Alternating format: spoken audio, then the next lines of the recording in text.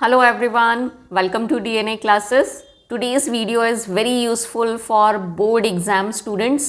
चाहे आप 10th class student हो या 12th क्लास स्टूडेंट हो, चाहे आप स्टेट बोर्ड देने जा रहे हैं या आप CBSE बोर्ड एग्ज़ाम देने जा रहे हैं, आप सभी के लिए ये वीडियो बहुत यूज़फुल है क्योंकि इस वीडियो में मैं आपको बताऊंगी how to write in board exam copy. आपकी जो बोर्ड एग्ज़ाम है उसकी कॉपी में आपको किस तरीके से अपने आंसर्स लिखना है ताकि आप मैक्सिमम स्कोर कर सकें, बहुत अच्छा स्कोर कर सकें। तो कुछ टिप्स मैं आपको यहाँ दूंगी, इन बातों का आप ध्यान रखिएगा जब भी आप अपना बोर्ड एग्ज़ाम कॉपी में आंसर लिखें। तो इन कुछ पॉइंट्स को आप अपने दिमाग में रखिएगा, ध्यान रखिएगा और आई एम श्योर आप बहुत अच्छा स्कोर करेंगे अपनी बोर्ड एग्ज़ाम में। All the best for your board exams. तो चलिए वीडियो स्टार्ट करते हैं। How to write in board exam copy. देखो बेटा, बोर्ड एग्ज़ाम कॉपी में कैसे लिखना है उससे पहले एक बहुत इंपॉर्टेंट चीज़ मैं आपसे बोलूँगी। आपको जब आप एग्ज़ाम देने जाएंगे तो आपको एक जो सबसे इम्पॉर्टेंट चीज़ ध्यान रखनी है, दैट इज़ टाइम मैनेजमेंट। आपने टाइम मैनेजमेंट करना है एग्ज़ाम लिखते समय। इसके लिए सबसे पहली चीज़ तो मैं यही कहूँगी कि अपना वॉच पहन के जाइए, है ना। वॉच ज़रूर लेकर जाइए अपना, स्मार्ट वॉचेस मत पहनिएगा, सिंपल जो वॉचेस हैं वो वॉच आप लेकर जाइए। इससे आपको टाइम का अंदाज़ा होता रहेगा।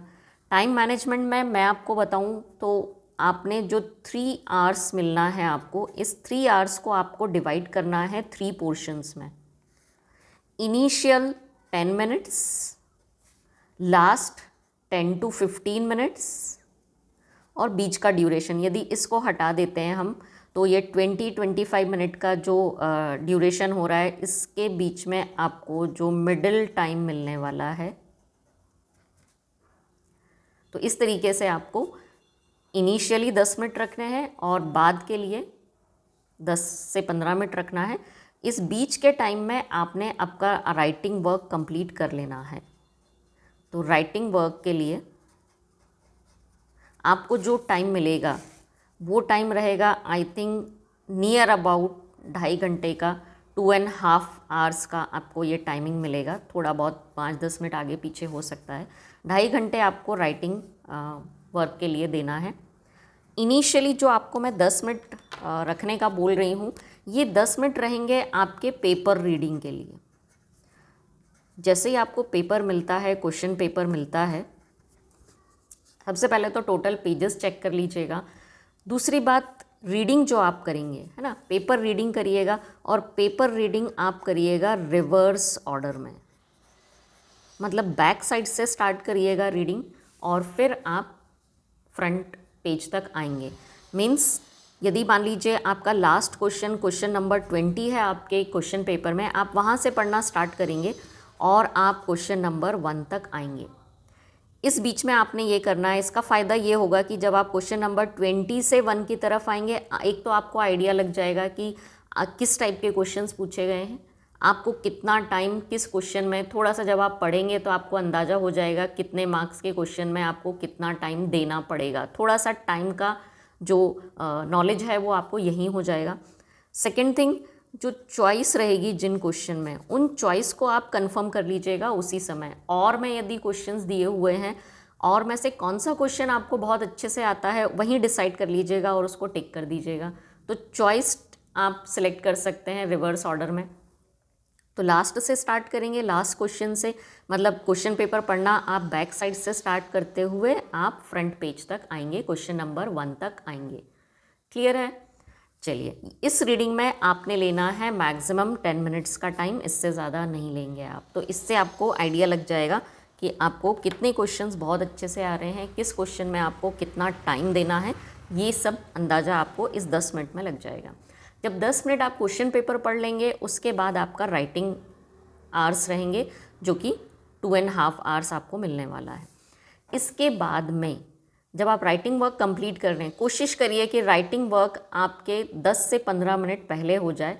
तो ये जो लास्ट के आपको 10 to 15 मिनट्स मिलेंगे, ये आपको प्रूफ रीडिंग करना है। आपको ये आपको मैं बोल रही हूँ, this is for proof reading.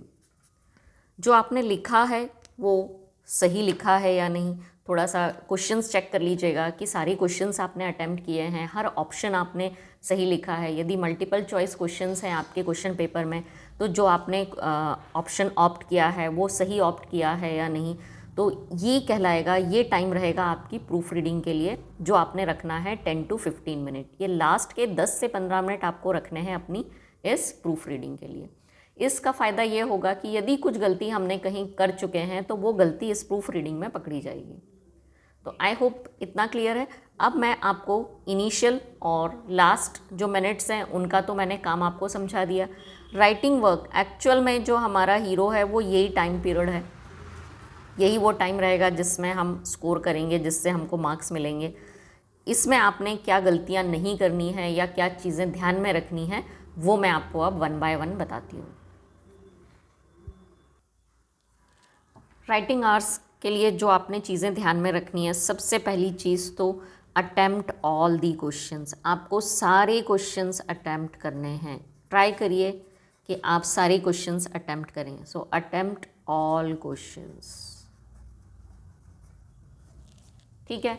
मोर और लेस आप जो भी लिख सकते हैं क्वेश्चंस में वो ज़रूर लिख कर आइए। तो पहला तो मैं आपसे यही कहूँगी कि कोशिश करिए सारे क्वेश्चंस आपने अटेम्प्ट करने हैं। एक अच्छे स्कोर के लिए आप किसी भी सब्जेक्ट में, चाहे वो आपके लैंग्वेजेस हों, फिज़िक्स, केमिस्ट्री, मैथ्स, या आप किसी अदर सब्जेक्ट के स्टूडेंट हों, बायोलॉजी है या अदर स्टूडेंट्स हैं, अदर सब्जेक्ट के स्टूडेंट हैं, पहला रूल यही है कि क्वेश्चन पेपर में जितने भी क्वेश्चंस हैं ट्राई करिए उन सभी क्वेश्चंस को आपको अटेम्प्ट करना है। टाइम मैनेजमेंट मैंने इसलिए बोला है आपसे, ताकि आपको हर क्वेश्चन के लिए आप टाइम दे पाएँ। इनिशियली आप शुरू का जो 1 घंटा है उसमें देख लीजिए कितने क्वेश्चंस आप कर पा रहे हैं, किए हैं आपने। उसके अकॉर्डिंग आपने नेक्स्ट आवर में अपनी राइटिंग को स्पीड अप करना है। यदि कुछ कंटेंट आपको किसी क्वेश्चन में कम करना पड़ता है तो वो कंटेंट आप कम कर दीजिए थोड़ा सा, क्योंकि इससे ये होगा कि आप शुरुआत के क्वेश्चंस बहुत अच्छे से लिखेंगे और बाद में आप क्वेश्चंस अटेम्प्ट नहीं कर पाएंगे तो सीधे सीधे उन क्वेश्चंस के नंबर चले जाएंगे। तो यही कहूँगी बेटा कि ट्राई करिए, टाइम इस तरीके से मैनेज करिए कि आप सारे क्वेश्चंस अटेम्प्ट कर पाएँ, ठीक है। इसके बाद में नेक्स्ट जो चीज़ आपने ध्यान में रखनी है वो है क्वेश्चंस का सीक्वेंस। सो क्वेश्चंस जब आप अपनी कॉपी में लिखेंगे वो आप सीक्वेंस में ही लिखिए, ठीक है। क्वेश्चंस कि जो भी आंसर आप क्वेश्चन जो भी अटेम्प्ट करेंगे, जो भी आप आंसर्स लिखेंगे वो सीक्वेंस में ही लिखिए। मतलब यदि आपके क्वेश्चन पेपर में क्वेश्चन नंबर 1, 2, 3 है तो इसी सीक्वेंस में आपकी कॉपी में भी क्वेश्चंस के आंसर होने चाहिए। हाँ, क्वेश्चन का नंबर बहुत क्लियरली लिखिए, साफ साफ लिखिए, ताकि एग्जामिनर को किसी तरीके की प्रॉब्लम नहीं आए क्वेश्चन नंबर पढ़ने में, और इसके अकॉर्डिंग वो मार्क्स आपको अच्छे से दे पाएगा। क्योंकि हर क्वेश्चन पेपर में कैटेगरी होगी कि 1 to 5 1 मार्क क्वेश्चंस हैं या 2 मार्क क्वेश्चंस हैं, तो उसके अकॉर्डिंग यदि आप क्वेश्चन नंबर सही डालेंगे, क्लियर डालेंगे, तो उसको मार्क्स देने में आसानी होगी। दूसरी चीज़, आप जितना रैंडम क्वेश्चन पेपर अटेम्प्ट करेंगे, आपने पहले क्वेश्चन नंबर 3 अटेम्प्ट कर लिया, फिर आप 13 पे चले गए, फिर आप यहाँ वापस आ गए क्वेश्चन नंबर 6 पर, इससे क्या होगा, एग्जामिनर को चेक करने में भी दिक्कत आएगा और एक रिदम नहीं बन पाता है चेक करने का, क्वेश्चन पेपर चेक करने का। तो बेटर है आप क्वेश्चंस को सीक्वेंस में अटेम्प्ट करिए। आपको लग रहा है कि आप कोई क्वेश्चन नहीं आ रहा है या आप बाद में करना चाहते हैं उस क्वेश्चन को, फॉर एग्जांपल क्वेश्चन नंबर 4 के लिए आप बहुत श्योर नहीं है, आप बाद में इसको अटेम्प्ट करना चाहें, कोई बात नहीं, आप क्वेश्चन नंबर 1, 2, 3 अटेम्प्ट करिए, 4 के लिए आप स्पेस छोड़ दीजिए। तो आप स्पेस छोड़ दीजिए और उसके बाद जब आप कंफर्म हो जाएं, जब आपको लगे कि हाँ अब मैं इसका आंसर लिखूंगा या टाइम मिल गया है अब मैं इसका आंसर लिखूंगा, तो आप उस जो छोड़ा हुआ स्पेस है वहाँ पर आप आंसर लिख दीजिए, ठीक है। नेक्स्ट थिंग, किसी भी क्वेश्चन पेपर को पार्ट्स में अटेम्प्ट मत करिए कि आपने मान लीजिए क्वेश्चन नंबर 8 ए और बी दिया हुआ है, ए आपने पहले अटेम्प्ट कर लिया और फिर अदर क्वेश्चंस अटेम्प्ट करने के बाद आपने बी अटेम्प्ट किया है, बीच में आपने कुछ अदर क्वेश्चंस अटेम्प्ट कर लिए। इस टाइप की प्रैक्टिस मत करिए, अगेन एग्जामिनर को मार्क्स असाइन करने में दिक्कत होगा। तो यदि आप क्वेश्चन नंबर 8 का ए पार्ट अटेम्प्ट कर रहे हैं, बी नहीं आ रहा है, कोई बात नहीं, आप उतनी लाइन छोड़ दीजिए, स्पेस छोड़ दीजिए, वर्ड लिमिट्स आपको दी होगी आपके क्वेश्चन पेपर में, आप बी के लिए स्पेस छोड़िए और उसके बाद अदर क्वेश्चंस अटेम्प्ट करिए। मतलब क्वेश्चंस सीक्वेंस में अटेम्प्ट करने हैं आपको, और किसी भी क्वेश्चन के यदि 2 या 3 पार्ट्स हैं, उन सारे पार्ट्स को एक साथ आपको अटेम्प्ट करना है, एक साथ आपको लिखना है, उसको अलग अलग जगह पर नहीं लिखना है कि आपने इनिशियली पार्ट ए लिख दिया, फिर कुछ और क्वेश्चन अटेम्प्ट करके फिर पार्ट बी लिख दिया। इस तरीके का मत लिखिएगा, ये आपके स्कोर में, अच्छे स्कोर में बहुत बड़ा रुकावट बनेगा, बहुत बड़ी बाधा बनेगी। ठीक है, तो ये तो वो चीज़ें मैंने आपको समझा दी। इसके अलावा एक चीज़ और मैंने जो बहुत देखी है कि बच्चे जो होते हैं 2 या 3 लाइन किसी पेज में बची होती हैं और वहीं से नया क्वेश्चन वो स्टार्ट कर देते हैं। तो यदि लाइंस पेज आपका बहुत फिल हो चुका है, 2-3 लाइन ही बची हैं, तो न्यू क्वेश्चन न्यू पेज से स्टार्ट करिए। तो कोशिश करिए कि आपका जो न्यू क्वेश्चन है, नेक्स्ट जो क्वेश्चन है, वो न्यू पेज पर आए, ये कोशिश करिए। हाँ, लेकिन यदि हाफ पेज बचा हुआ है आपके क्वेश्चन, आपके कॉपी में, और आपको नेक्स्ट क्वेश्चन अटेम्प्ट करना है, आप सेम पेज से स्टार्ट कर सकते हैं, बट ट्राई करिए जहाँ 2-3-4 लाइनें ही छूटी हैं, आप न्यू पेज से न्यू क्वेश्चन अटेम्प्ट करिए। अब आते हैं, ये तो किस तरीके से आपको लिखना है या क्वेश्चंस अटेम्प्ट करने के बारे में हो गया। अब आपने जो लिख लिया है ना, लिखने के बाद में मैं आपको कहूँगी, कोई भी सब्जेक्ट हो, आप हर सब्जेक्ट में कुछ की वर्ड्स होते हैं, चाहे वो हिंदी इंग्लिश हो, चाहे वो केमिस्ट्री फिज़िक्स हो, तो जो की वर्ड्स होते हैं, या मैं यूँ कहूँ कि कुछ इम्पॉर्टेंट टर्म्स होती हैं, इन इम्पॉर्टेंट टर्म्स या की वर्ड्स को आप अंडरलाइन ज़रूर करिए, ये आपके आंसर को हाईलाइट करेगा। तो प्लीज़ अंडरलाइन द कीवर्ड्स और इम्पॉर्टेंट टर्म्स और डेफिनेशंस। यदि आप कुछ लिख रहे हैं तो इन्वर्टेड कॉमास में लिखिए या अंडरलाइन करके लिखिए, या आप किसी आंसर में कोई हेडिंग बना रहे हैं तो उन हेडिंग्स को अंडरलाइन करिए।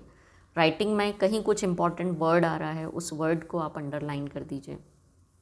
ओके, ये आई थिंक ये चीज़ें आपको समझ में आ गई होंगी। इसके अलावा अब अगेन मैं थोड़ा सा बात करूँगी केमिस्ट्री के लिए, कि या अदर सब्जेक्ट, कोई भी सब्जेक्ट हो, आप यदि न्यूमेरिकल प्रॉब्लम है आपके पेपर में, जैसे केमिस्ट्री में आती है न्यूमेरिकल प्रॉब्लम्स, तो न्यूमेरिकल्स में सबसे पहले आप एक चीज़ करिए कि गिवन लिख लीजिए।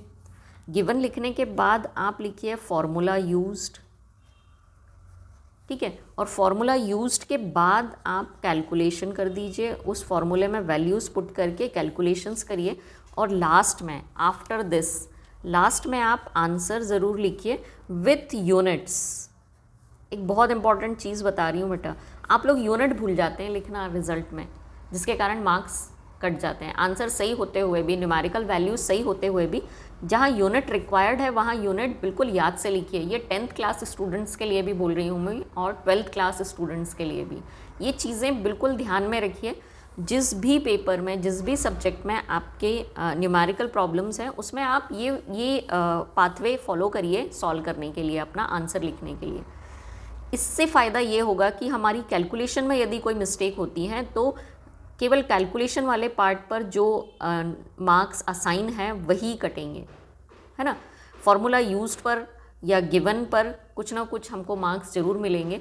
तो स्टेप वाइज जब आप किसी न्यूमेरिकल को सॉल्व करेंगे तो इसका फ़ायदा ये होगा कि कहीं कुछ हम गलती करते हैं किसी स्टेप में, तो जो ऊपर वाली स्टेप सही हैं, जो हमने सही लिखा है, करेक्ट लिखा है, उन पर मार्क्स हमको मिल जाएंगे। और इसके अलावा मैं यही बोलूँगी, रिलैक्स होकर जाइए, अभी टाइम है प्रिपरेशन का, अच्छे से रिवाइज़ करिए अपनी सारी चीज़ें, शॉर्ट नोट्स बना के रख लीजिए एग्ज़ाम टाइम के लिए। बिल्कुल मत घबराइए, आपने जो पढ़ा है पेपर उससे बाहर नहीं आएगा। तो एंजाइटी है, रेस्टलेसनेस है, ये बिल्कुल मत आने दीजिए इनको अपने पास में। रिलैक्स रहिए, अच्छे से नींद लीजिए, बैलेंस डाइट लीजिए, और थोड़ा सा कर सकते हैं तो मेडिटेशन, योगा करिए, ये आपको बहुत हेल्प करेगा। सो बच्चों, all the best. Comment box में बताइएगा वीडियो कितना यूज़फुल लगा आप लोगों को। यूज़फुल लगता है यदि आप लोगों को तो प्लीज़ इसको मैक्सिमम शेयर करिए, ताकि मैक्सिमम बच्चे इन पॉइंट्स को ध्यान में रख के ही पेपर देने जाएं और बहुत बहुत अच्छा स्कोर करें आप लोग, सभी लोग अपनी एग्ज़ाम में। ऑल दी बेस्ट बेटा।